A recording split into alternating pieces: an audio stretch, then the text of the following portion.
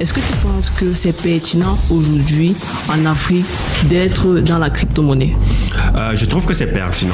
Et moi, je me suis dit, OK, si j'organise et que Rome ne vient pas à moi, je peux aller à Rome. Lorsqu'on parle d'investissement, il faut d'abord voir. On n'investit pas quelque chose qu'on n'a pas. Donc pour toi, l'investissement, c'est pas pour les pauvres?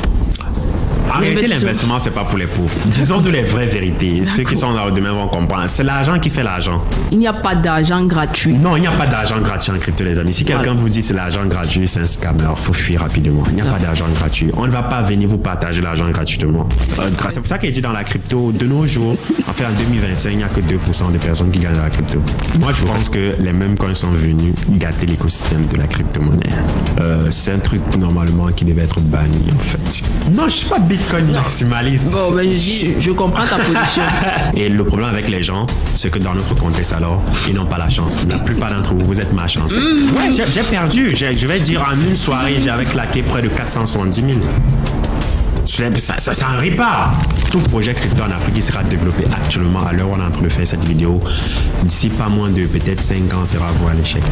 Il m'a dit, quand tu utilisais le mobile money, tu as fait les formations pour apprendre le mobile money. Mais donnez-moi 10 milliards de dollars, vous allez voir ce qu'il va faire avec. Il n'y a aucun continent qui a besoin de Bitcoin plus que l'Afrique.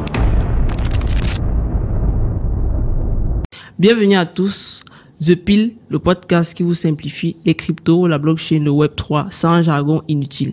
Aujourd'hui, j'ai l'honneur de recevoir Boari Mohamed, alias Monsieur Bitcoin Boss.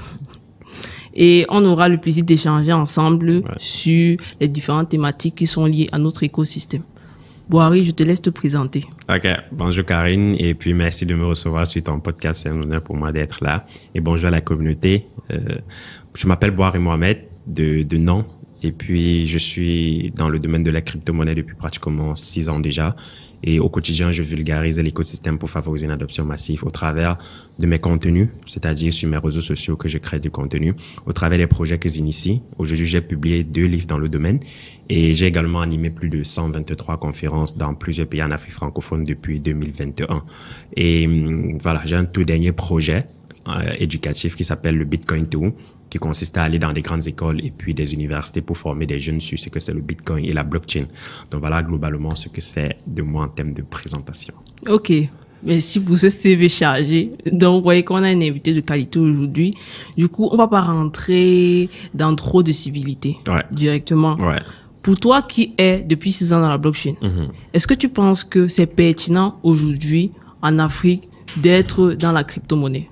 Je trouve que c'est pertinent parce que nous sommes encore véritablement early, donc nous sommes encore rien qu'au début. L'adoption est assez croissante par rapport à ce qu'on voit déjà depuis de nombreuses années, mais il y a encore beaucoup à faire. Et je pense que la crypto, si tu dois te lancer alors dans la blockchain, c'est une technologie, c'est une révolution. Et la révolution, quand elle est en marche, elle n'attend pas les gens. Soit tu rejoins le train, soit tu te feras dépasser par le train. Donc moi, je pense qu'il est encore temps de rejoindre ce train-là, surtout dans notre contexte ici en Afrique francophone, qui est vraiment early. On n'a encore presque rien fait. Je vais dire, nous sommes quand même les premières personnes les plus rares à pouvoir découvrir. Donc, c'est notre rôle en tant que vulgarisateur, peut-être au travers des podcasts comme ça, de faire savoir aux gens que non, ce n'est pas avancé, ce n'est pas extrapolé. Vous pouvez toujours rejoindre le train et avancer avec nous, quoi. D'accord. Maintenant, parlant de démocratisation, tu m'as dit, quand tu voyages aujourd'hui, à 90% du temps, tu n'utilises quasiment plus de fiat. Tu es plus crypto, Bitcoin. Comment est-ce que ça se passe concrètement? Donc, ça veut dire que tu es débancarisé? Je peux pas dire débancarisé totalement, comme les autres ont l'habitude de dire. J'utilise toujours les banques parce que même si tu utilises le mobile money, Orange, Wave, Jamo, tout ça, c'est le mobile money. Donc, c'est toujours une forme de banque. Mais j'essaie au maximum puisque je suis dans l'écosystème de la crypto, la plupart de mes partenaires, parce que je travaille avec les plus grosses entreprises de l'écosystème, les trésors, etc., ils me payent parfois pour mes prestations en crypto, du moins particulièrement en Bitcoin. Et lorsqu'on te paye en Bitcoin, tu n'as pas d'intérêt. Si je ne veux pas l'utiliser directement, je ne trouve pas d'intérêt à le convertir en francs CFA. Donc, qu'est-ce que je fais généralement, c'est que, OK, peut-être je le garde pour peut-être mes prochains voyages, mes déplacements et tout ça. Je passe par des plateformes. Avec les avancées technologiques de nos jours, on a des plateformes, par exemple, comme Travala.com. Tu peux réserver ton billet d'avion dessus en payant en crypto directement. Tu peux booker tes hôtels, tu peux booker, je vais dire, tes activités que tu veux faire directement en payant en crypto. Alors, en Bitcoin, ils reçoivent plus de 73 crypto-monnaies sur leur plateforme.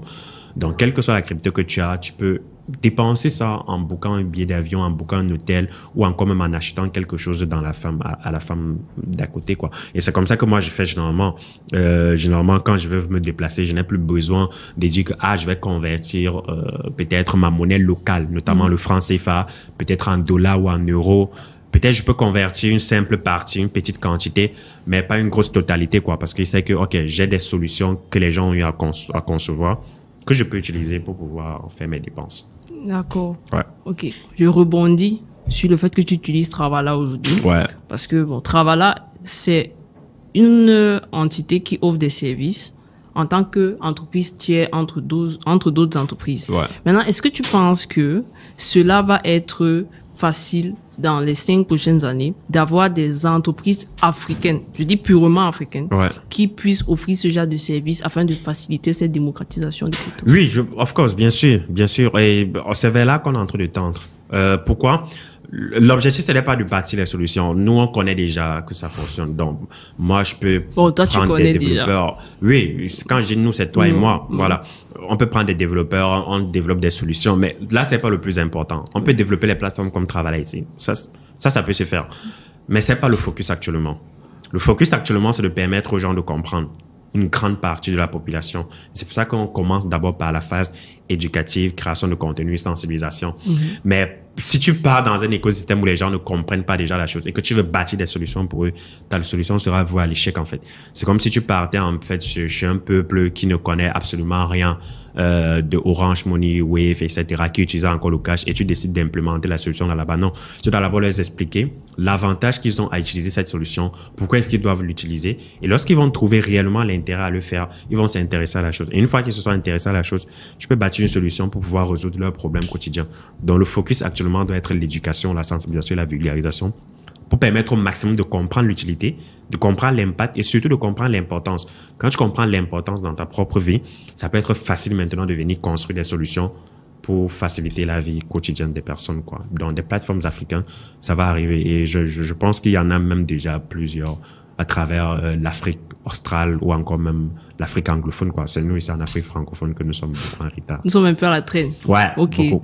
Donc, je pense que c'est dans cet esprit, parce que quand tu parles, on sent la passion. Ouais. Oui, donc c'est dans cet esprit de sensibilisation donc que tu as lancé le projet Bitcoin 2. Ouais. Est-ce que tu peux dire en quelques mots ce qu'est Bitcoin 2? Ouais. Quels sont les objectifs? Comment est-ce que l'idée t'est venue? Okay. Parce qu'il y a beaucoup de jeunes qui pensent que, en fait, les cryptos, c'est seulement la partie investissement. Ouais. Alors qu'il y a toute une partie, sensibilisation, comment elle veut dire, apprentissage, qui peut être un gros pan, en fait, en termes d'activité. D'accord. Le projet Bitcoin 2 est né de façon simple. Moi, je me suis rendu compte que j'avais déjà donné quelques conférences dans des hôtels. Et quand tu donnes des conférences parfois dans certains hôtels, dans certaines grandes places, les gens que tu veux parfois toucher ne viennent pas. Ça veut dire, par exemple, des étudiants, tu vois, ils ne viennent pas. Et moi, je me suis dit, OK, si j'organise et que Rome ne vient pas à moi, je peux aller à Rome. Donc, qu'est-ce que je fais? Je décide de créer un projet qui va me permettre d'aller beaucoup plus auprès de ceux que je veux qu'ils comprennent réellement. Parce que ma cible, ce n'est pas les jeunes, les papas de 45 ans, 50 ans, non. Ce que je pense qu'ils vont développer vraiment l'Afrique, ce sont des jeunes. Et pour ça, il faut vraiment commencer dès à présent à les avoir. Et pour avoir les jeunes, il faut aller auprès d'eux. Et ils se trouvent où la plupart se trouvent dans les universités. Donc, je me suis dit, on va aller dans un projet éducatif pour pouvoir sensibiliser et former des jeunes. Et dans ce projet-là, on ne va pas parler d'investissement. Dans la Bitcoin, tous les participants, tous les panélistes, l'interaction, on ne parle pas du tout d'investissement. Tout ce qu'on parle, c'est de la technologie et comment est-ce qu'un jeune fraîchement sorti de l'université ou encore qui est même encore dans les bancs des études peut faire pour faire carrière dans cette industrie, avoir des petits jobs et s'exercer facilement. C'est ça qu'on enseigne en fait. Donc on apprend d'abord les bases, la technologie. Ensuite, on apprend la phase pratique, comment on interagit avec les cryptos, la blockchain, etc. Particulièrement le Bitcoin. Et enfin, maintenant, on a un panel avec des experts pour leur présenter en fait les opportunités de l'industrie, comment ça se porte, comment ça se comporte et comment s'y préparer. Donc c'est d'où m'est venue l'idée. Et c'est un projet entièrement gratuit où on essaie au maximum d'aller auprès des jeunes en fait. L'idée, c'est qu'on a commencé en Côte d'Ivoire pour cette première édition. Donc on est censé faire 4 villes et plusieurs universités. Donc, après cette première édition de 2025, je pense qu'on fera l'effort de dupliquer ça au Cameroun. On va faire au Cameroun parce que l'idée, c'est de faire dans tous les pays d'Afrique francophone la tournée, quoi. Parce que Bitcoin Tour, c'est la tournée sur du Bitcoin. Donc, on va enseigner aux gens c'est quoi le Bitcoin, c'est quoi la technologie Bitcoin, c'est quoi la blockchain et quelles sont les opportunités qui sont autour.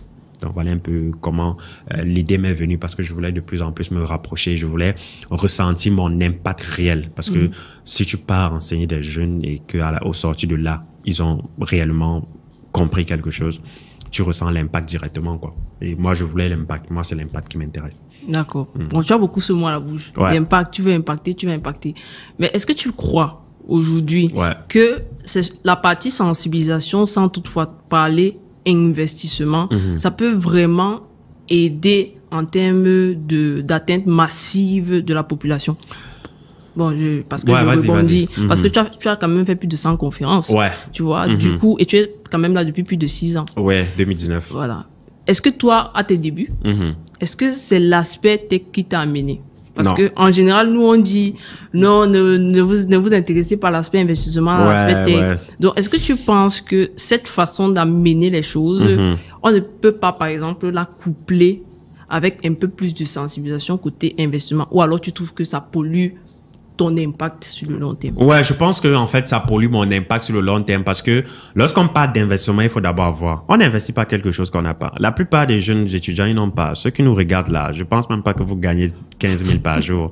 Combien de fois même par mois? D'autres peinent même parfois à manger. Je le dis parce que j'ai été étudiant, j'ai été à l'université de Tchang.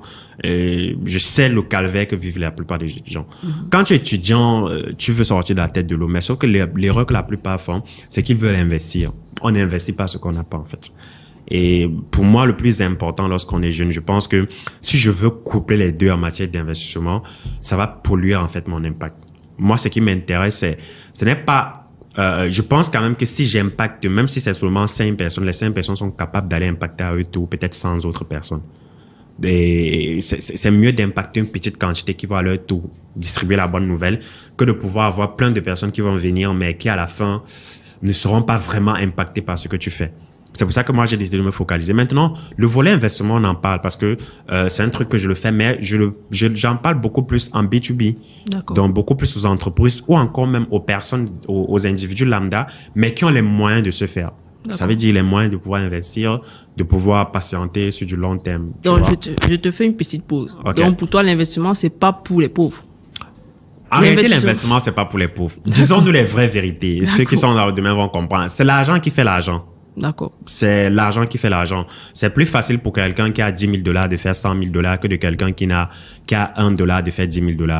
Donc, c'est l'argent qui fait l'argent, qu'on ne se mente pas et qu'on se dise les vérités. Et moi, je pense quand même que lorsqu'on est jeune, surtout lorsqu'on est peut-être dans la phase étudiant, etc., il est plus important de se concentrer sur le volet apprentissage, la compréhension de la technologie. Parce que lorsque tu vas comprendre cette technologie-là, tu vas comprendre comment ça fonctionne. Tu peux proposer, parce que à des individus ou alors à des personnes, ta compétence que tu as. Et cette compétence, on va te rémunérer. Et quand on va te rémunérer, tu pourras donc épargner, prendre soin de toi. Et cette épargne-là, tu pourras donc prendre ça pour investir, en fait. Mais sauf que si au départ, tu n'as ni connaissance, ni expérience, ni expertise, même pas aussi d'argent, tu vas investir quoi? Ok.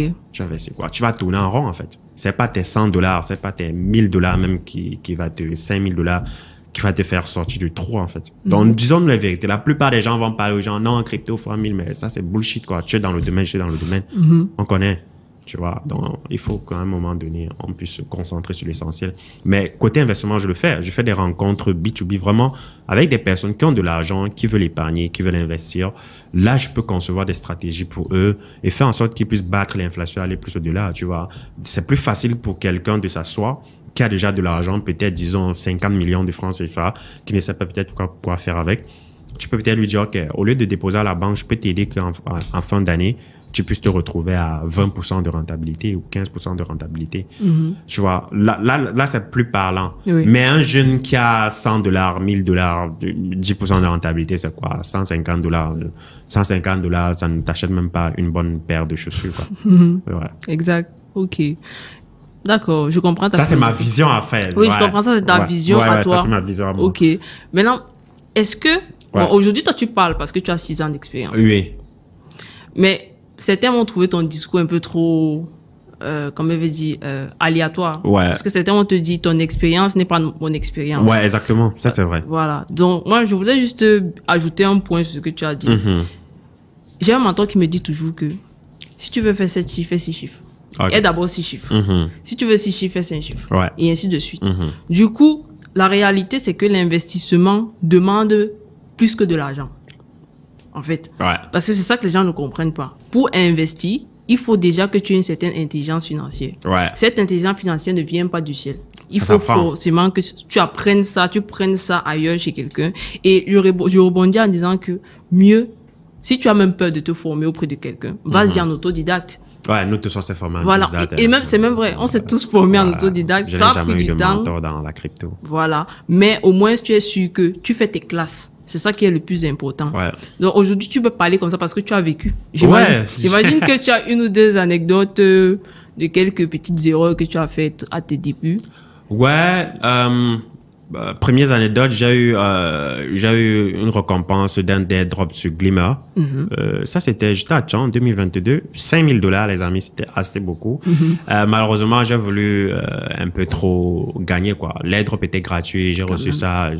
Et après, j'ai voulu aller retravailler encore sur une plateforme décentralisée pour pouvoir placer ça en double staking pour doubler en fait cet argent-là. Oui. Et malheureusement, j'ai fait l'erreur de protocole et ça, je n'ai jamais parlé à quelqu'un, quoi. J'ai perdu les $5,000 directement. Ah. Ouais, et ça, c'était un choc total pour moi. Surtout lorsque tu es étudiant, tu dors au sol, tu ne parviens pas encore à bien manger. Perdre une somme pareille. Bon, $5,000, c'est quand même plus de 3 millions. Oui, bien sûr. Bien sûr. Plus de 3 millions. Ouais, c'est beaucoup. Non, disons la vérité, on a parfois l'habitude de banaliser les chiffres, mais quand tu prends vraiment le bas niveau, quand tu quittes vraiment du bas niveau, pour toi, 3 millions, c'est beaucoup, hein. Bah, le capital du marché de ma maman, ça n'atteint pas 50 000. Mais on est avec depuis, 10 ans, 20 ans, jusqu'à aujourd'hui. Donc, 3 millions, c'est assez, quoi. Ça, c'est l'une des premières anecdotes. Mais maintenant, bon, il y a d'autres anecdotes, peut-être que j'ai peut-être dû oublier. Ouais. D'accord. OK. Donc, ça me permet de passer à la prochaine étape. Ouais. Tu as parlé des drops. Ouais, les airdrops. Je sais que tu as souvent certaines frictions avec ce thème. Est-ce que pour toi, aujourd'hui, le problème des airdrops, c'est la façon dont c'est marketé? Parce que on a tous fait des airdrops. Et jusqu'à aujourd'hui, il y a toujours des airdrops qui sont intéressants. Ouais. Mais qu'est-ce qui coince aujourd'hui? Est-ce que c'est Telegram qui est venu tout bousiller avec sa manière de faire? Ouais. Parce que moi, je pense qu'il y a un avant Telegram et un après Telegram. Ouais. Est-ce que c'est Telegram le problème? Ou alors, est-ce que c'est la façon dont les builders aujourd'hui conçoivent les airdrops? Je dirais que ça a été dilué. C'est pour ça que moi, je ne participe plus aux airdrops. Moi, je dis toujours que les meilleurs airdrops sont les airdrops qui viennent te trouver. D'accord. Quand je dis ça vient te trouver, ça veut dire quoi? OK, tu as utilisé un protocole, une plateforme, PancakeSwap, SushiSwap, Exact. pendant une période donnée. Et après, ils ont annoncé la venue peut-être de leur token. Ils ont dit, OK, ceux qui ont utilisé notre plateforme avant, on va vous récompenser. Oui. Ça, ce sont les meilleurs airdrops qui existent dans l'écosystème crypto. D'accord. Le reste, qu'on va te dire, non, il faut taper sur tel écran, fais comme ça, fais comme ça. Ça, c'est du bullshit, quoi. Moi, je n'y crois vraiment pas parce que tu vas pas vraiment t'en sortir là-dessus. Et maintenant, il y a beaucoup de choses qui sont venues en termes d'arnaque. Comme tu disais, Telegram, il y a une avant. Honnêtement, c'est vrai, beaucoup d'arnaques parce que les gens vont dire, c'est l'argent gratuit, on va faire ça, on va participer. Non, il n'y a pas d'argent gratuit qui existe en crypto. Pas du tout. L'argent gratuit, ça n'existe même pas ailleurs. Attends. On met l'emphase sur ce que tu viens de dire. Parce qu'il y a beaucoup de personnes qui croient que les cryptos, il n'y a pas d'argent gratuit. Non, il n'y a pas d'argent gratuit en crypto, les amis. Si quelqu'un vous dit c'est l'argent gratuit, c'est un scammer. Faut fuir rapidement. Il n'y a pas d'argent gratuit. On ne va pas venir vous partager l'argent gratuitement. Ça n'existe pas. On te donne de l'argent parce que tu as fait un travail. Exact. Ça veut dire que je vais récompenser Karine de 500 francs parce que je sais que, OK, Karine, une fois par mois, peut-être vient louer ma chambre, vient louer mon studio pour peut-être ses activités, pour son tournage. Là, je peux dire OK, Karine, dans 2 mois, je vais peut-être t'offrir le tournage dans la salle gratuitement. Ça, c'est parce que tu es déjà une utilisatrice. Tu as eu à dépenser sur la plateforme. Exact. Parce que quand tu utilises des plateformes de crypto, tu payes forcément de frais. Des frais. Et c'est comme ça qu'eux gagnent de l'argent. Maintenant, les airdrops, on ne va pas venir vous donner de l'argent gratuitement. Ils vont trouver ça où, en fait? Exact. L'airdrop qu'on va vous partager, c'est de l'argent gratuit. Maintenant, l'argent là va sortir d'où? Il faut comprendre d'où ça sort. La plupart vont gagner par des commissions qu'ils ont pris aux utilisateurs sur leur plateforme. Ou alors même par de l'argent qu'ils ont eu à partir des investisseurs. Mais sauf que la plupart des gens ne savent pas ça. Ils pensent que les gens vont créer de l'argent, ça va sortir est nihilo et leurs appartenants. D'accord, ok. Parce que ça, c'est un point qu'il fallait clarifier. Ouais. Parce que généralement, quand tu dis airdrop sur les réseaux sociaux, on va t'insulter, on va te dire que tu mens. Et tu as dit un point qui est très intéressant. Pour les airdrops en général, il faut que tu aies de l'activité sur la plateforme. Ouais, la plupart du temps. Mais pas une activité chronophage comme les tap to earn là où tu es tout le temps. Comme tu ça, dis. c'est bullshit, moi, je n'ai jamais Voilà. cru. Comme tu dis, par exemple, tu as des protocoles de finance décentralisés parce que c'est eux qui ont commencé vraiment avec bien ça. sûr, bien sûr. Tu as utilisé un AAV. Tu as utilisé un Uniswap, Ouais. tu as utilisé un PancakeSwap, tu as utilisé un Jupiter, Ou même sur Moonbeam. Solana, Ouais. un Moonbeam. Et tu vois, en fait, comme tu dis, tu peux même partir, tu ne Ouais, réutilises même. tu ne réutilises plus, mais Mais parce que tu as laissé ta marque, tu as des traces Tu es éligible. avec tes transactions, tu es éligible. Ouais. Et c'est ce genre de drop dont je parle souvent. Ce sont Et les meilleurs. Ce sont les meilleurs, Voilà. en fait. Maintenant, il y a la seconde catégorie qui est en train d'émerger là avec les liens d'affiliation. Les liens d'affiliation. Bah. C'est vrai que là-bas, les gens sont c'est un peu mitigé. Faut dire la Moi, je dis vérité. toujours que les liens d'affiliation, c'est de l'arnaque. Pourquoi je dis que c'est de l'arnaque? Parce que ce sont des gars comme nous, toi, qui profitons. Moi, j'ai jamais partagé des drops, en fait. Exact. Qui profitons. Pourquoi? Parce que on a déjà des communautés. Voilà. Des gens qui nous suivent. Donc, quand tu vas partager ton lien à ta communauté, ils seront peut-être 10, 20, 30, 40, 50, 60 personnes à s'inscrire Et rapidement. tes chiffres sont petits, hein. Parce que quand je regarde le crypto Twitter français, Ouais. avec tous les gros dramas qu'il y a là, Ouais. quand tu vois des gars comme, je sais pas, Cryptomage, Ouais, H, ouais. tu vois comment, quand ils partagent un projet, quand je vois la rapidité à laquelle ça bouge, je me dis, mais en fait, Tu vois, les gens, tu peux partager un lien et il y a quoi, 100 000 personnes qui s'inscrivent, quoi. Tu vois, tu es leur parrain. en fait, Ça fait du les activités, tu touches les commissions sur eux. Donc, la plupart du temps, comme j'avais fait une vidéo, c'est toujours parfois les leaders de la crypto Qui gagnent. qui gagnent, en fait. Qui gagnent, en Donc, fait. c'est pour ça qu'il dit dans la crypto, de nos jours, en fait, en 2025, il n'y a que 2% de personnes qui gagnent dans la crypto. Le reste de 98% font perdre de l'argent. ok. Mais les gens ne vont pas accepter cette réalité, malheureusement. Pourtant, c'est vrai. D'accord. Bon, c'est ce chiffre-là, moi, je suis pas trop d'accord dessus. Mais bon, on va pas revenir dessus. Je veux plutôt qu'on enchaîne avec une autre question. Ouais. Les mêmes coins. Ouf. Les pépites. Les familles, même Les quoi. pépites. Ok, les pépites. Ouais. Qu'est-ce que toi, tu penses de ce domaine? Donc, pas dans le côté investissement. Vraiment, pour toi, les mêmes coins, c'est une bonne chose pour l'écosystème ou alors c'est un problème ou alors c'est entre deux? OK. Moi, je pense que les mêmes coins sont venus gâter l'écosystème de la crypto-monnaie. Les mêmes coins sont venus saler entièrement l'image de l'écosystème de la crypto. C'est un truc, normalement, qui devait être banni, en fait. Les mêmes coins, les gens ne sont pas d'accord avec moi. La plupart des gens ne sont pas d'accord avec moi. Mais je pense que, regarde, la plupart des liquidités, quand ça entrait dans des projets solides, des projets viables, qui ont des forts fondamentaux, des bonnes crypto-monnaies. Mais de nos jours, lorsque tu prends un portefeuille d'un débutant, tu vas avoir 100 mêmes coins à l'intérieur et même pas un projet à forts fondamentaux. Parce que, selon lui, les mêmes coins, en fait, c'est quoi la promesse des mêmes coins? La promesse des mêmes coins est simple. C'est l'argent rapide, l'argent facile. Ça, c'est la promesse des mêmes coins. Comme ils disent quoi d'autre, c'est ça la promesse des mêmes coins. Quand un débutant achète un même coin, c'est parce qu'il espère en fait devenir riche grâce à ces mêmes coins. Donc, c'est de l'argent rapide et l'argent facile. Et du coup, quand on entre dans un écosystème avec cette mentalité-là, en fait, ça, c'est pour gâter l'écosystème. Ça a complètement dilué et terni l'image de l'écosystème. Du coup, on s'est retrouvé dans un cas de figure où beaucoup de gens vont acheter des mêmes coins pour espérer devenir riches. Mais sauf que la plupart des cas, ça n'arrive pas. D'autres peine même à faire du multiplier avec. Tu vois, par exemple, que quelqu'un qui a peut-être acheté même un même coin il y a de cela 3 ans, peut-être il a vu la valeur du même coin divisé par 3, divisé par 4. Maintenant, je ne dis pas qu'il y a d'autres mêmes coins qui ont performé et que les gars ont fait des belles performances avec ça. Moi, j'en connais des gars. Je connais, par exemple, un gars qui a fait plus de 150 millions de francs CFA sur Shiba. Oui, ça, ce sont des exceptions. Il faut faire attention. Maintenant, la grande majorité des personnes ne savent pas peut-être quel même coin choisir. Et dans 99,9% des cas, la plupart des mêmes coins sont des scams, quoi. Tu vas voir ce que les Trump ont fait, la plupart. Et du coup, ça salit un peu l'image de la crypto parce que ça fait en sorte que plein de personnes qui vont entendre parler de la crypto vont penser que la crypto se limite au même coin. Vont penser que la crypto se limite à l'argent rapide, l'argent facile. Vont penser que la crypto se limite au scam. Pourtant, il y a tout un écosystème derrière, en fait, à découvrir. Donc ça, c'est mon avis. C'est la raison pour laquelle, personnellement, je n'ai jamais acheté de même coin. Jamais. Depuis mes années, je n'ai jamais acheté de même coin.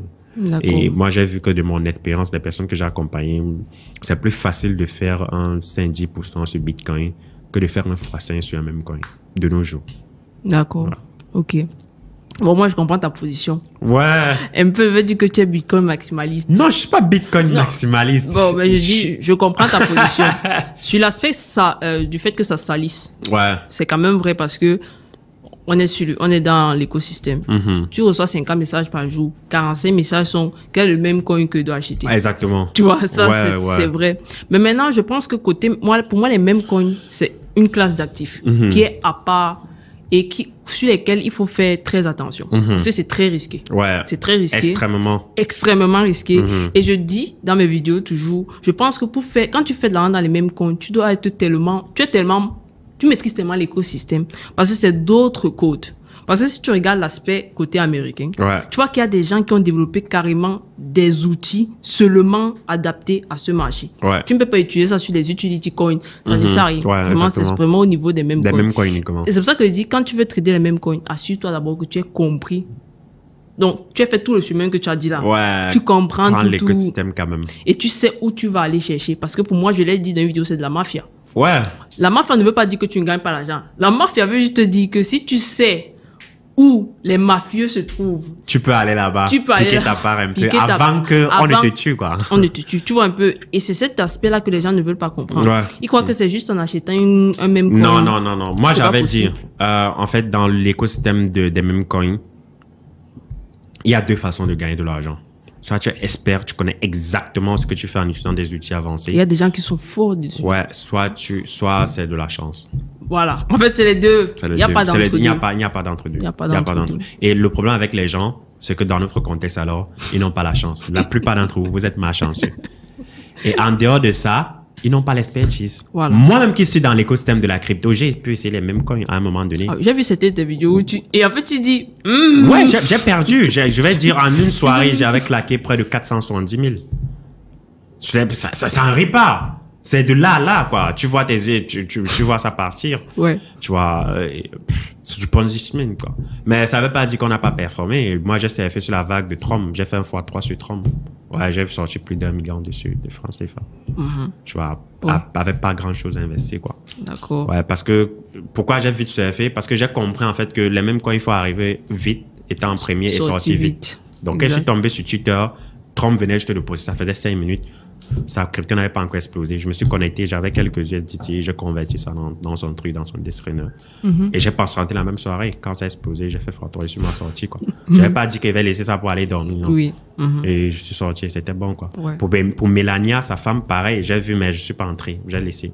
Ouais, parce que il y a aussi l'instinct sur le marché. L'instinct sur le marché, ouais. Ce que tu dis est vrai, c'est pertinent. Et tu as soulevé un point important. Il y a des gens qui croient qu'on hold les mêmes coins. Moi, je dis toujours que les mêmes coins. Non, c'est pas fait pour holder. C'est en mode, tu achètes, tu observes, tu programmes tes ordres de sortie. Et je ne comprends pas. Moi, j'ai un problème avec les débutants en général. Tu leur expliques que tu sais que tu ne maîtrises pas la chose. Ouais. Programme des ordres limites. Pourquoi tu veux te casser la tête? Et on ne hold pas ce genre de crypto. Comme tu dis, on entre, on fait ce qu'on a fait là, on ressort. Tu es en face de toi des gars, tu joues dans un marché où toi, tu cliques sur la souris pour acheter. Par contre, il y a des gars qui ont développé des bots qui travaillent avec, en fait. Ouais. Donc, du coup, quand toi, tu passes un ordre comme ça, eux, ils ont passé des centaines, de dizaines de milliers d'ordres. Exactement. Donc, toi, tu joues contre un marché où tu as perdu. La plupart. Et ils ne vont pas comprendre. parce qu'ils sont voilés en fait par le gain rapide et l'argent facile. D'accord, ok. Bon, maintenant on va rebondir sur un autre sujet. Ouais, allons-y. Façon dont tu t'es dit là. Je m'étire parce que ce sujet fait couler beaucoup d'encre de salive. Ok. Ethereum. L'Ethereum. Ethereum. Ouais. Pour toi, Ethereum, est-ce que ça va perdre sa place de prince de la crypto ou alors c'est juste, on est juste dans un moment où, bon, Vitalik essaie un peu de voir comment il peut changer le business model de la blockchain parce que vraiment, ça commence à tanguer un peu. Ouais, j'ai eu ce débat avec un ami il y a de cela quelques jours et moi, ça fait longtemps que je suis plus beaucoup de projets crypto. Oui. Parce que pour moi, ça sert à rien, honnêtement. Pourquoi je dis ça? Parce que quand tu comprends comment c'est façonné, tu comprends en fait, il faut d'abord comprendre l'industrie des startups. Oui. Comment on développe les startups. Exact. L'écosystème des startups, des fintech, tout ce qui est fintech, etc., c'est l'écosystème, je peux appeler ça du Ponzi scheme. Ça veut dire quoi? L'objectif, c'est que les investisseurs qui vont mettre de l'argent puissent sortir leur argent. Ils puissent valoriser l'entreprise le plus rapidement pour vendre les parts, faire d'autres levées de fonds et rembourser les anciens. C'est ce qui se passe en fait. Tu crées une entreprise, tu crées une start-up, tu développes ton marché, tu as peut-être des premiers investisseurs qui te mettent peut-être $1 million. Tu développes rapidement, tu as de l'attraction, tu es valorisé peut-être à $5 millions. Ça veut dire que celui qui a déposé ses $1 million, peut-être il est à faire x5 normalement. Après, d'autres entrent encore, tu développes encore, la boîte vaut maintenant 50 millions, $100 millions. Au fur et à mesure que tu fais d'autres levées de fonds, tu lèves de l'argent pour rembourser d'autres investisseurs ou alors pour développer ton marché. Donc, c'est un peu une sorte de pyramide de Ponzi, mais légale en fait dans l'industrie des startups. Mais déjà, la crypto, les gens pensent que l'écosystème de la crypto est en fait détaché du monde réel. Ce n'est pas détaché. L'écosystème de la crypto est aussi attaché au monde réel. Parce que Ethereum, c'est quoi? Ethereum, c'est une entreprise. Ça fonctionne comme une start-up, en fait. Et vu que ça fonctionne comme une start-up, il faut comprendre comment les règles du jeu. Ça veut dire que la plupart de ce qu'ils vont faire, les vitalités et tout ça, c'est dans l'optique de pouvoir avoir de la rentabilité. Avoir de la rentabilité qui va leur permettre de supporter le projet, mais aussi de pouvoir satisfaire les investisseurs qui leur ont donné un cahier de charge assez rempli, les termes sheets à respecter, en fait. Et quand tu comprends ça, tu comprends que ils seront dans l'optique de...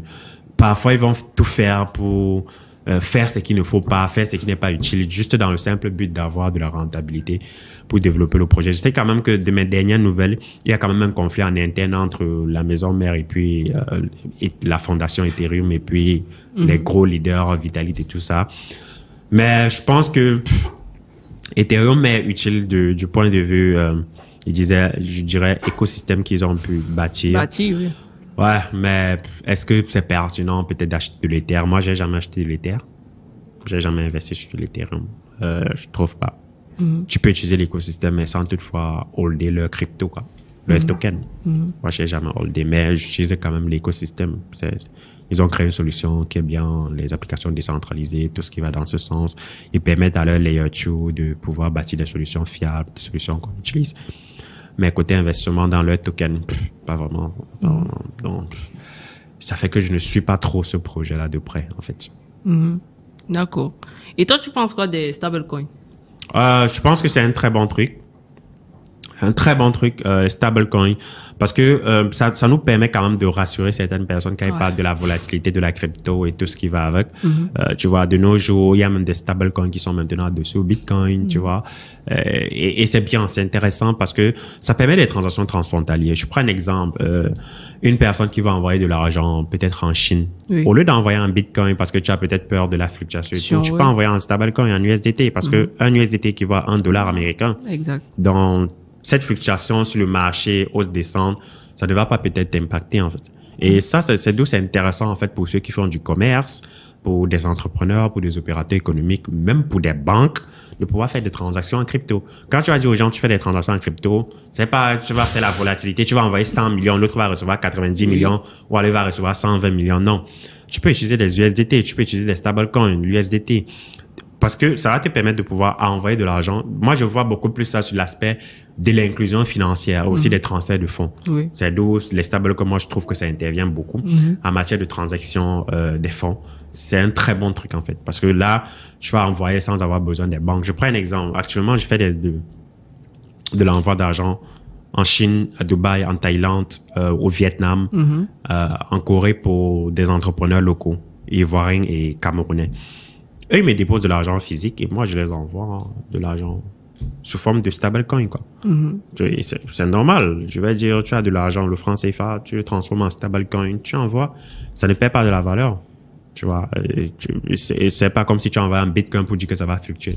Les stablecoins aident beaucoup en matière de transfert de fonds et de transfert d'argent. Moi, je trouve que c'est une très bonne chose, en fait. Surtout dans notre écosystème ici, où on a parfois les fluctuations entre le dollar et l'euro. C'est vrai qu'on a une parité fixe avec l'euro, le franc CFA et l'euro, mais avec les stablecoins, c'est beaucoup plus mieux, moi, je trouve. Ouais. Ok. Bon, c'est vrai qu'en termes d'utilisation, tout le monde, de toutes les façons, si tu es dans l'écosystème, tu dois utiliser ça. Ouais, forcément. Maintenant, pour le risque systémique que certains soulèvent, par exemple, là, on a quand même l'USDT qui est quand même fortement valorisé. Ouais. Il y a la crainte que, mais si Tether n'a pas les fonds derrière et qu'on vit un remake de Luna, qu'est-ce qu'on fait? Ouais, c'est pour ça que c'est très important. Je pense que tout est vérifié, c'est l'importance de la blockchain. Ils font des audits et ces audits-là sur la blockchain, ça peut être consultable à tout moment. Bon, quelqu'un va te dire que Luna faisait aussi les audits. Hein? Non, c'était pas très clair. Luna, c'était pas très clair. Luna n'exposait pas sa trésorerie. Tether expose sa trésorerie sur Bitcoin. Quand ils te disent qu'ils ont acheté telle quantité de Bitcoin, c'est possible pour toi d'aller sur la blockchain et de vérifier. Tu vas voir des transactions qu'ils ont fait. C'est visible sur la blockchain partout. Donc, tu prends ton téléphone, tu vas consulter, en fait, leur trésorerie et voir la quantité de Bitcoin qu'ils ont. Et cette quantité de Bitcoin, tu vois que ça peut supporter déjà une partie en termes de perte. D'ailleurs, ça qu'il faut vérifier. Et ça, il faut peut-être avoir les données. Ils publient des rapports. Énormément. Voilà, ils publient énormément de rapports. Dernièrement, ils ont publié un rapport en 2024. Ils ont fait un bénéfice net de 13 milliards de dollars. Oui. Bénéfice net uniquement. Et dans ces bénéfices nets, ils ont dit combien est-ce qu'ils ont alloué pour pouvoir acheter une réserve en Bitcoin. Voilà. Et quand tu as ça, quand tu as une entreprise qui publie les rapports régulièrement, et ils ne blaguent pas avec les rapports. Chaque semestre, ils ont des rapports à produire. Et ils sont moi, je trouve qu'ils sont quand même totalement transparents, personnellement, je trouve. D'accord. Voilà. Ok. Et toi, comment est-ce que tu vois le fait qu'aujourd'hui, l'écosystème crypto est autant impacté par ce qui se passe dans la macroéconomie? Parce qu'il y a beaucoup qui me disent, ah, mais non, vous avez dit que les cryptos devaient être une réserve de valeur. Je dis non, c'est pas ce qu'on vous avait promis. Parce que tu as dit quelque chose de très intéressant. Les cryptos font partie d'un écosystème financier qui est beaucoup plus grand. Les cryptos, c'est une goutte d'eau dans la mer, en fait. Exactement. Donc, c'est normal qu'on soit impacté. Mais toi, est-ce que tu penses que d'ici les 5, les 10 prochaines années, surtout avec la décorrélation qu'on a aujourd'hui vis-à-vis du Bitcoin, qui est quand même la 5e valeur la plus valorisée aujourd'hui dans le monde. D'après les derniers chiffres d'aujourd'hui d'hier. Voilà, donc, parce que ça peut avoir changé, mais quand même, toi, tu vois comment est-ce qu'on pourra se décorréler? Est-ce que tu penses que c'est possible qu'il y ait une décorrélation? Ou alors on est juste voué à, comme certains disent, se stabiliser pour devenir comme le marché institutionnel avec l'entrée des gros fonds qui sont en train de faire actuellement? Ouais, je pense qu'on peut pas décorréler l'industrie de la crypto au marché traditionnel. Celui qui pense ça ne comprend pas du tout, en fait. Ça peut pas être décorrélé. D'accord. Pourquoi ça peut pas être décorrélé? Pourquoi? Parce que lorsqu'il y a, par exemple, les augmentations des taux d'intérêt, ou alors l'augmentation des taux d'intérêt, les gens vont chercher quels moyens est-ce qu'ils vont faire peut-être pour garder leur argent. Est-ce qu'ils vont prendre plus de risques? Est-ce qu'ils vont prendre moins de risques? Et c'est parfois là où ils se tournent vers des actifs peut-être comme les cryptos, le Bitcoin, etc. Et c'est là où parfois il y a des injections de liquidités ou encore même des retraits de liquidités en fonction de ce qui se passe sur le marché traditionnel. Donc, le marché des cryptos ne peut pas être décorrélé du marché traditionnel. Maintenant, qu'est-ce que je pense? Je pense qu'on est en train d'aller dans un écosystème où de plus en plus, avant, je pouvais dire que c'était décorrélé parce que parfois, il y avait de l'impact sur la macroéconomie, etc. Mais on ne ressentait pas ça beaucoup sur le marché crypto. Mais maintenant, on est plutôt en train d'aller dans une phase où ils sont beaucoup plus en train de se tenir main dans la main. De sorte que quand il y a un problème là-bas, en fait, vous ressentez ça ici. Oui, parce que ce sont les mêmes investisseurs, les mêmes gros investisseurs qu'on trouve sur le marché traditionnel qu'on retrouve ici en crypto, en fait. Exact. Tu vois, ce sont les BlackRock qu'on retrouve là-bas, qu'on les retrouve ici. Ce sont les Vanguard qu'on retrouve là-bas, qu'on les retrouve ici. Tu vois, donc, du coup, ils sont plutôt en train d'aller dans une synergie, en fait, ce qui fait que, bon, plus le marché aussi, traditionnel va bouger, plus le marché crypto va bouger. Moi, c'est ce que je pense. Je pense que c'est là où c'est en train de partir. D'accord. Maintenant, je peux me tromper dans mes analyses et dans ma façon de voir. Ok. Maintenant, petit débat panafricain. Ouais. Ceux qui disent que, mais vous dites que vous voulez que l'Afrique se développe, vous voulez qu'on utilise les cryptos de d'autres entreprises. Est-ce que tu penses que c'est pertinent pour l'Afrique ou alors les pays africains de créer des cryptos ou alors des stablecoins. Par exemple, comme certains proposent d'adosser des stablecoins à leur or. Ou alors, tu penses que c'est mieux qu'on prenne juste la mouvance des stablecoins en général et que juste, on doit juste développer des solutions en interne? Bon, moi, je pense qu'en fait, que on n'a pas besoin de développer des projets crypto en Afrique. D'accord. Tout projet crypto en Afrique qui sera développé actuellement, à l'heure où on est en train de faire cette vidéo, d'ici pas moins de peut-être 5 ans, sera voué à l'échec. Pourquoi ça sera voué à l'échec? Parce que tu n'es pas un peu dur là. Ouais, j'explique. Parce qu'on est dans un écosystème où les gens ne comprennent pas encore. D'accord. Ils ne comprennent pas l'utilité, l'importance, l'impact. Ce dont on revient à l'éducation. L'éducation doit être la base de toute chose. Et bon, je te bloque. oui. Là, c'est une colle. Là, une colle qu'un professeur m'a posée. Ouais. Il m'a dit, Ouais. quand tu utilisais le mobile money, tu as fait les formations pour apprendre le mobile money. D'accord. Je lui ai dit non. C'est vrai que c'était un peu plus implicite, mais qu'est-ce que ça tu réponds aux gens qui disent, mais pourquoi pour vos cryptos là, il faut qu'on forme, on informe, on sensibilise, alors que les moyens de paiement en général, ça doit venir naturellement. Avant que ça ne vienne naturellement, quand on commence à utiliser le mobile money, il y a un travail de fond qui a été fait. Vous ne connaissez pas la guerre que les gars de Orange ont battu, les gars de MTN ont battu. Oui. C'était dur. Oui, là, il faut battre. C'était extrêmement rude, en fait. Moi, je pense que c'est même plus facile avec les cryptos par rapport à eux. C'est parce que tellement ça a été dur et que les gars ont beaucoup travaillé dessus, que plus le temps passe, plus les gens adoptent et ils pensent en fait que c'est naturel. Non, ça n'a jamais été aussi naturel en fait. Voilà. Ça a été extrêmement difficile. Peut-être ils n'ont pas eu besoin de faire peut-être des formations, des tournées, etc. Mais il y avait de l'éducation qui était faite. Il y avait des gens sur le terrain pour expliquer. Énormément. Les gens pensent que l'éducation c'est quoi? L'éducation c'est pas seulement ce qu'on fait peut-être dans les conférences. L'éducation c'est aussi les commerciaux que Orange et MTN envoient sur le terrain pour vous éduquer. Pour dire, télécharge, voici comment il faut utiliser l'application, voici comment on envoie. Non, quand tu envoies, la personne reçoit comme ça. C'est aussi ça, l'éducation. Et pour ça, ils ont mis du budget. Mais nous, même si on a du budget, on va faire la même chose en crypto. On va descendre on va se les saccager. Mais donnez-moi 10 milliards de dollars. Vous allez voir ce que je vais faire avec. Je vais recruter 100 000 personnes dans Douala, partout dans Douala, tu vas aller voir en crypto. Ils vont vous éduquer, ils vont vous harceler même. Et vous allez comprendre. Eux, ils ont le budget. L'éducation, ils l'ont fait. Et ça a pris du temps.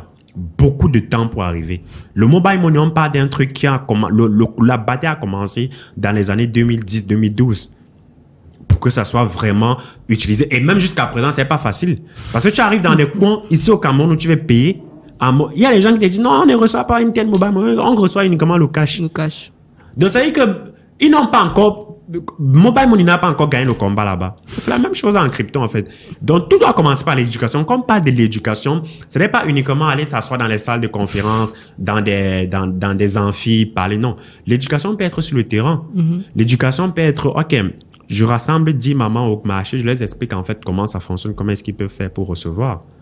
L'impact que ça aura sur leur business, l'impact que ça aura sur leurs activités. Et là, je vais maintenant leur montrer de façon pratique comment l'utiliser. C'est la même chose que les commerciaux de MTN et Orange font. Quand un commercial vient t'aborder, est-ce que tu as créé ton compte? Non. Il t'explique comment tu dois faire. Ça, c'est l'éducation, en fait. Les gens pensent que l'éducation, c'est prendre la craie et rester au tableau. Non, ce n'est pas ça, l'éducation. L'éducation a été révolue. Il y a plusieurs façons d'éduquer la population sur ça, en fait. Tu vois, donc, pour revenir à ta question, oui. Il n'est pas pertinent, en fait, de bâtir des solutions actuellement, dit qu'on va créer la crypto. On peut voir ce qui est arrivé en Centrafrique. J'ai fait une analyse là-dessus. Centrafrique, c'était normal. Depuis le début, j'ai dit que ce projet sera vu à l'échec. Avec le Sango Coin. Oui, c'est normal. Vous lancez un projet crypto dans un environnement où les gens ne comprennent pas la crypto. Vous voulez qu'ils utilisent quelque chose qu'ils ne comprennent pas. Ça doit être vu à l'échec. Par contre, vous devez plutôt mettre sur pied des programmes éducatifs et de sensibilisation et de vulgarisation de la crypto pour qu'ils puissent comprendre son importance. Vous devez faire ce travail-là pendant au moins 3 ans.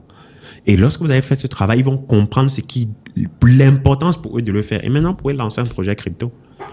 Et même pour lancer un projet crypto, vous n'avez plus besoin. L'Afrique, Bitcoin est là. Pourquoi chercher loin?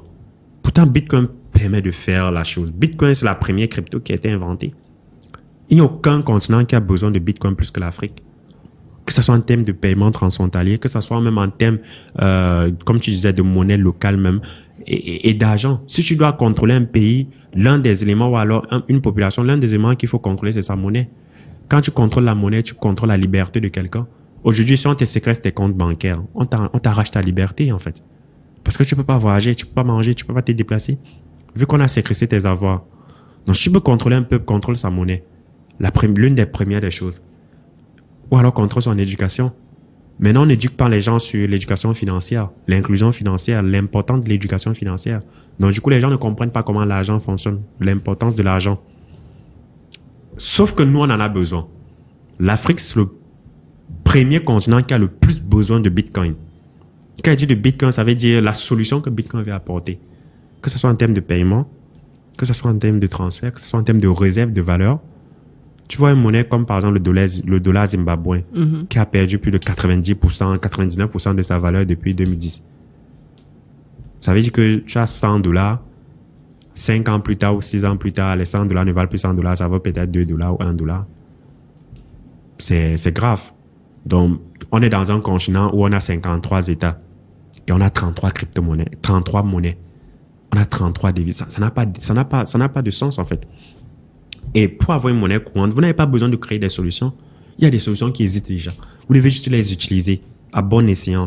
Bitcoin permet de résoudre ça. Bitcoin est contrôlé par personne. Bitcoin est émis par personne, par aucune entreprise, aucune entité. Comme tu disais là, créer des projets crypto, etc. Un Africain qui va se lever et créer des projets crypto, on va voir comment ça va finir. Comme l'Iblimal. Tu vois, ça veut dire qu'une entreprise qui existe et qui est panafricaine, crypto, etc. Mais un gouvernement peut décider de fermer ça. Le gouvernement camerounais signe un décret, non, à partir de telle date, on ne veut plus vous voir sur notre étendue du territoire. C'est fini pour lui, vous n'allez plus l'utiliser. Mais on ne peut pas signer un décret pareil sur Bitcoin. Bitcoin est décentralisé. Bitcoin est incensurable. Personne ne peut arrêter Bitcoin. Donc, il y a déjà des solutions parfaites qui existent. Il faut juste que nous l'utilisons. Et nous sommes le continent qui en ont le plus besoin. Pas besoin de créer d'autres solutions, en fait. Si on crée d'autres solutions, ça sera juste vous à l'échec encore. Utilisons déjà ce qui est là. Utilisons ce qui est déjà presque, je vais dire parfait. Personne ne peut censurer Bitcoin. Personne ne peut interdire Bitcoin. Par contre, si Karine se lève et crée son entreprise crypto, qui propose des fournitures, qui émet une crypto-monnaie, le gouvernement ivoirien, camerounais, togolais peut émettre un décret pour t'interdire de circuler sur l'ensemble de son territoire. Oui, on peut te bannir. Exact. Oui, on te met le fixe dessus. On te dit que tu dois 800 milliards en termes de redressement fiscal. Tu es obligé de déposer le bilan. Exact. Personne ne peut taxer le Bitcoin. Personne ne peut mettre un redressement fiscal sur Bitcoin. Personne ne peut arrêter Bitcoin. On parle là d'une monnaie décentralisée. Personne ne gouverne Bitcoin. Et c'est pour ça que les gens ont de plus en plus peur parce qu'ils ne comprennent pas réellement, en fait. Donc, il y a déjà des solutions qui existent. Cherchons juste à les utiliser et à mieux les appliquer. D'accord. Ouais. Ok. Bon. Je te résume toute ta philosophie. Ouais. Éduquez-vous d'abord. Ouais, éduquez-vous. Éduquez-vous. Et quand tu as déjà l'éducation, tu sais ce que tu vas faire par la suite. Éduquez-vous. Il faut comprendre. Les amis, le système vous trompe. Le système vous ment. Le système est façonné de sorte que vous ne comprenez pas comment ça fonctionne. On nous enseigne pas l'argent. On ne nous montre pas c'est quoi l'argent, comment l'argent fonctionne, comment l'argent est créé. Tu peux pas gagner de l'argent si tu sais pas comment c'est créé. Chaque jour, on imprime. La BCAO, dernièrement, même la BEAC, chaque mardi, ils impriment de l'argent. Ils vont dire, non, on veut faire ceci, on met tel nombre d'obligations d'État, c'est de l'impression monétaire. Tu comprends pas comment l'argent fonctionne. Tu comprends pas comment les taux d'intérêt fonctionnent. C'est normal qu'on te baisse. Non, tu sais même pas d'abord ce que c'est que les taux d'intérêt. Ouais, d'intérêt. tu sais même pas ce que c'est que les taux d'intérêt. C'est normal qu'on te baisse. C'est normal que ton argent perde de la valeur. Parce que nous sommes dans un système où on ne nous a pas appris ça. Et c'est fait à dessein. Parce que on veut que ceux qui sont pauvres restent toujours de plus en plus pauvres. Ceux qui sont riches vont toujours garder leur richesse pour eux-mêmes, en fait. Parce qu'ils ont compris les règles du jeu. Tu peux pas, comme je te disais tout à l'heure, pour bloquer une population, il faut contrôler sa monnaie, il faut contrôler son argent. Si on contrôle ton argent, on te contrôle, en fait. Parce que ton argent, c'est ta liberté. Tu vas être libre comment si tu n'as pas accès à ton argent? Imaginons que tout ton argent est dans un compte bancaire. Tu as peut-être des problèmes avec le gouvernement camerounais. On décide de geler tes avoirs. Tu ne peux plus voyager. Tu vas payer tes billets avec quoi? Tu ne peux plus manger. Tu ne peux plus vaquer à tes opérations, prendre soin de toi. Donc, les amis, comprenez comment l'argent fonctionne. Une fois que vous comprenez comment l'argent fonctionne, d'abord, c'est le système traditionnel. C'est quoi les taux d'intérêt? Comment l'argent est créé? Comment c'est distribué? C'est quoi les banques centrales? C'est quoi leur rôle? Parce qu'eux-mêmes, ce sont des foutus. Tu vas maintenant chercher à comprendre c'est quoi les alternatives qui a été créées. C'est là où tu vas comprendre pourquoi est-ce qu'on a créé, par exemple, Bitcoin. Ça peut pas être censurable. On peut pas t'empêcher de l'utiliser. Personne ne peut t'empêcher de le faire. Et une fois que tu as compris comment Bitcoin fonctionne, tu vas donc commencer à l'utiliser, en fait. Et c'est là où tu vas sentir réellement son importance et son impact, quoi. Ok. Ouais. Je pourrais causer avec toi 3 heures de temps. Ouais, bien sûr, c'est la passion, mais La passion. on est juste encore à 48 minutes, donc. Mais ce que je voudrais qu'on termine. Ouais. Je voudrais que tu regardes la caméra. OK. Parce qu'il y a un futur pépiteur là. OK. Qui va prendre ses derniers $10 pour essayer de devenir millionnaire. Ouais. Donc, je veux que tu regardes la caméra et que tu lui dises ce que tu penses le mieux. Là, s'il veut mettre $10 sur une pépite ou alors si il vient de tomber sur notre vidéo et il veut donc commencer avec les affaires de crypto et compagnie. D'accord. Toi, ton plan de suivi, ce serait quoi? D'accord. Si tu as moins de $15,000 en épargne, tu es encore pauvre. $15,000, ça fait pratiquement 10 millions, je pense. Tu es encore pauvre. Et quand tu n'as pas encore $10,000, au moins $15,000 en épargne, le plus important pour toi, ce n'est pas de penser investissement. C'est de penser création de richesse et création de valeur. Pour créer de la valeur, il faut savoir, il faut comprendre. Tu vas pas prendre tes $1,000, $10,000, disons même $100, $500 pour dire que tu vas investir. Prends cet argent, essaie de te former, essaie de t'informer. Investis d'abord sur toi. Le meilleur investissement que tu puisses faire, c'est sur toi-même. Parce que tu es la ressource la plus rare qui puisse exister. Donc, investis sur toi, apprends. Ça peut être par des livres, ça peut être par des événements, ça peut être en rencontrant des experts qui connaissent déjà pour éviter certaines erreurs. Ça peut être en autodidacte. YouTube, c'est l'université la plus gratuite au monde qui existe. Il y a plein de contenu dessus. Apprends et investis d'abord sur toi. Une fois que tu as investi sur toi et que tu as compris, forcément, tu augmentes ta valeur. Une fois que ta valeur a augmenté, tu peux monétiser cette valeur-là en argent. Et une fois que tu as donc cet argent qui existe déjà, tu peux donc investir. Parce qu'on n'investit pas ce qu'on n'a pas. Si tu n'as rien, tu vas investir rien en fait. Et n'oublie pas aussi que c'est l'argent qui fait l'argent. Plus tu auras de capital, plus tu peux te faire des gros bénéfices aussi. Ok. Ça, on sent un professeur. dont tes 100 conférences sont payées. Quand tu parles, c'est tellement fluide, c'est tellement fluide. Mais bon, où est-ce qu'on peut te retrouver? OK. Sur mes différents réseaux sociaux, Facebook, vous tapez juste Boiry Mohamed officiel. Peut-être tu mettras les liens dans la description. Sur TikTok, Boiry Mohamed. Sur YouTube, Boiry simplement. Je fais des contenus également là-bas. Sur Twitter, Boiry aussi. Et voilà mes réseaux. On peut me trouver aussi. Je suis disponible sur WhatsApp. Je réponds toujours aux gens. Donc, voilà. Si tu as accès à mes réseaux sociaux, tu peux avoir accès à moi, quoi. OK. Donc, les amis, c'était The Pill. À bientôt. Abonnez-vous surtout. Abonnez-vous. J'oublie toujours, abonnez-vous à la chaîne. Karim m'a montré les stats là. Vous êtes plus de 90% à ne pas être abonné qui consomment son contenu. Abonnez-vous. Abonnez-vous. D'accord. Bon, je vous retrouve pour un prochain épisode et à bientôt. Ciao. Merci.